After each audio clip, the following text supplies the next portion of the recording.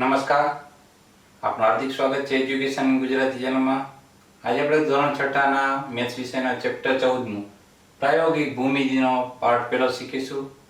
આ પાઠ આપણે રચનાઓનો છે, જે તમારા માટે ટોટલી નવી વિષય ઉપર છે કે રચનાઓ એટલે શું. પહેલા તો રચના એટલે આકૃતિ, એવી ગાણિતિક આકૃતિ કે જેને આપણે આકૃતિમાં જ દર્શાવવાની પ્લસ અને શાબ્દિક રીતના શબ્દોમાં પણ દર્શાવવાની રહે છે.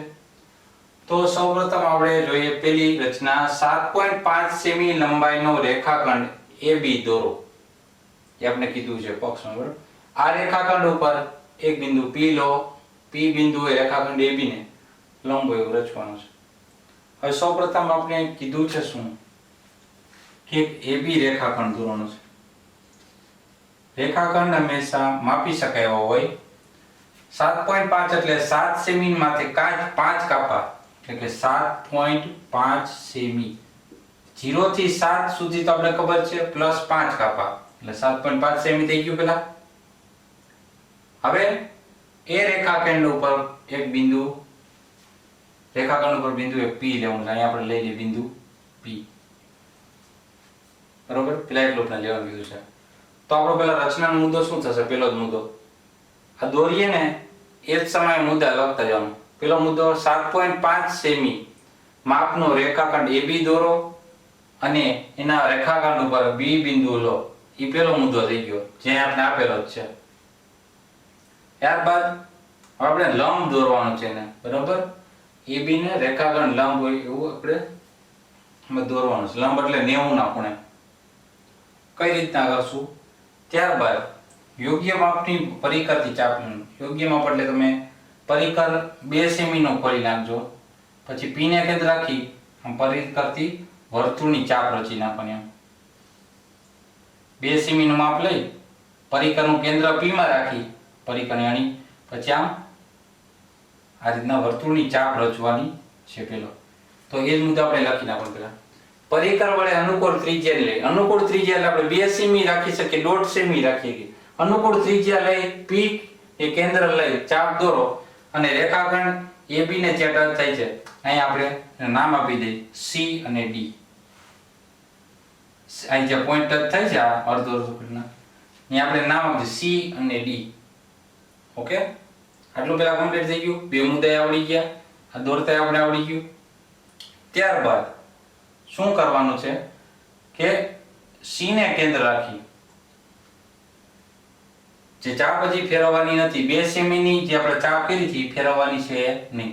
પછી C ને કેન્દ્ર રાખીને વર્તુળની ચાપ ઉપર ચાપ રચવાની. આમ કરીને તમે રાખશો 2 ની હોય તો 2, તો અહીંયા ચાપ પાછી લાગી જશે. વર્તુળની ચાપ ઉપર ચાપ રચવાની છે.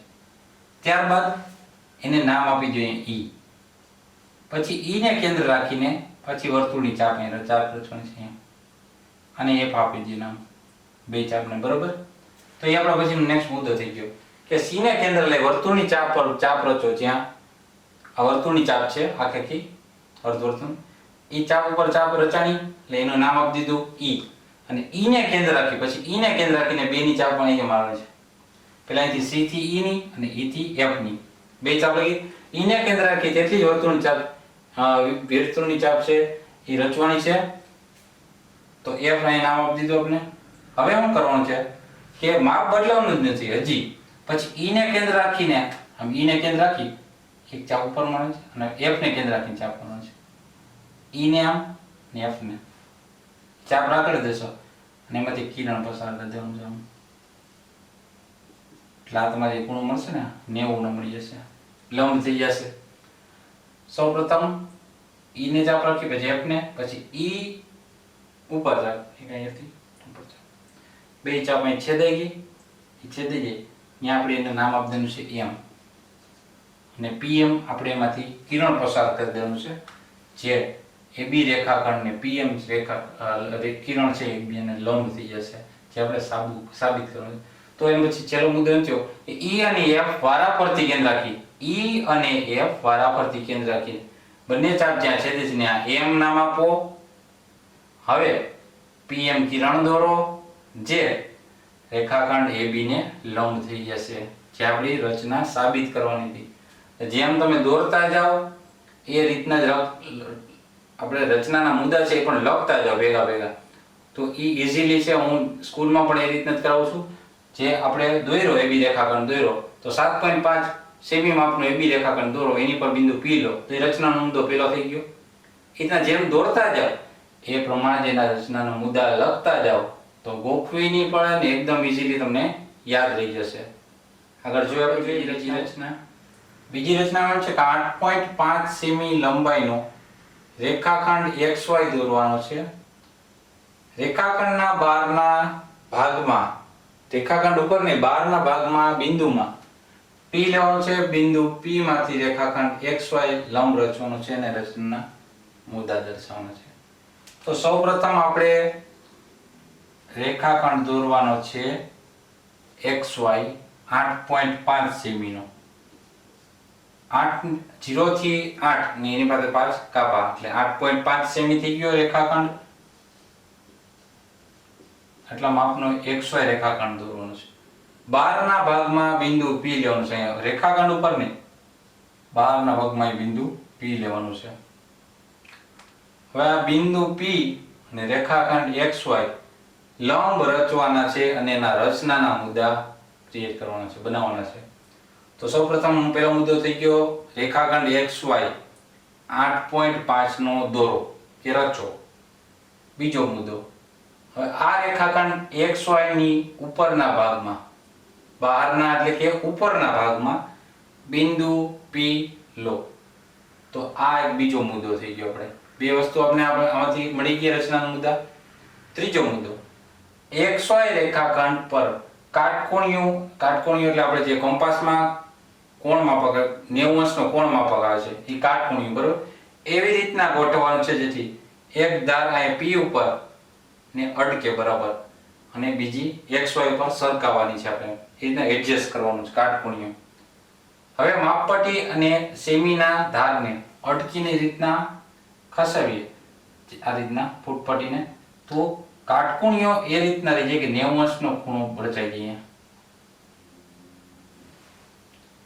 એ રીતના આપણે કાટકોણિયો ગોઠવવાનો છે ફૂટપટ્ટી અને કાટકોણિયાની મદદથી. 90 અંશનો ગોઠવાઈ જાય એ રીતના અટકે એટલે આપણે સીધી અહીંયા PM રેખાખંડ દોર નાખવાનો છે જે એકબીજાને 90 અંશમાં રચશે. તો હવે આપણે કાટકોણિયાની સેમી ધારને અટકી રહે એમ રીતના ગોઠવી રાખવાનો. એ આપણે વધારામાં લખવાનું. પછી પાછું માપપટ્ટી બરાબર દબાવી રાખવાનું જેથી આમ સરકે નહીં, જેથી આ એકદમ 90 અંશનો જેમ સરકી જાય તો ખૂણો બદલી જશે. એટલે રીતના ફૂટપટ્ટી રાખી કોણ કાટકોણથી બાકી બધા આ રીતના સરકાવવાનું છે વ્યવસ્થિત. આમ માપપટ્ટી બરાબર દબાવી રાખો જેથી P બિંદુ કાટકોણિયાની ધારને બરાબર અટકે ને જરૂર પડે ત્યાં કાટકોણો સરકાવી XY ઉપર આમ ગોઠવવાનું છે વ્યવસ્થિત. હવે પેન્સિલ વડે બિંદુ P થી XY સુધીનો રેખાખંડ દોરવાનો છે. એ રેખાખંડ P બિંદુથી એમ અહીંયા XY ની જ્યાં છેદ છે બરાબર ત્યાં M નામ આપી દીધું. હવે XY રેખાખંડ અને PM રેખાખંડ એકબીજાને લંબ થઈ ગયા છે અને વ્યવસ્થિત રચનાના મુદ્દા આપણે લખી નાખીએ તો વ્યવસ્થિત તમને એકદમ ઈઝી રચના છે. આનાથી આગળ તો ડિફેક્ટ થોડીક આવશે, અઘરી થોડીક ડિફિકલ્ટ લાગશે પણ આ તો એકદમ ઈઝી છે. રચનાના મુદ્દામાં એવું નથી કે તમે થોડું ઘણું ફેરફાર કરી શકો. દાખલા તરીકે દોરો કીધું ત્યાં રચો કરી શકો, એ રીતની ભૂલ નીકળતી નથી, બરોબર. તો આ રીતના તમે ઈઝીલી યાદ રાખી શકશો, શીખી શકશો. થોડીક પ્રેક્ટિસ માંગી લેશે કારણ કે નવી વસ્તુ છે. જેમ જેમ આપણે આગળ શીખડાવશું અને શીખશો એમ તમને એકદમ ઈઝી બની જશે. તો આપણે આ પાર્ટ પેલો અહીંયા જ પૂરો કરીએ છીએ. આગળની વધારાની રચનાઓ નેક્સ્ટ બીજા પાર્ટમાં મુકાશે. તો જોતા રહો એજ્યુકેશન ગુજરાતી અને શીખતા રહો. થેન્ક યુ, આભાર.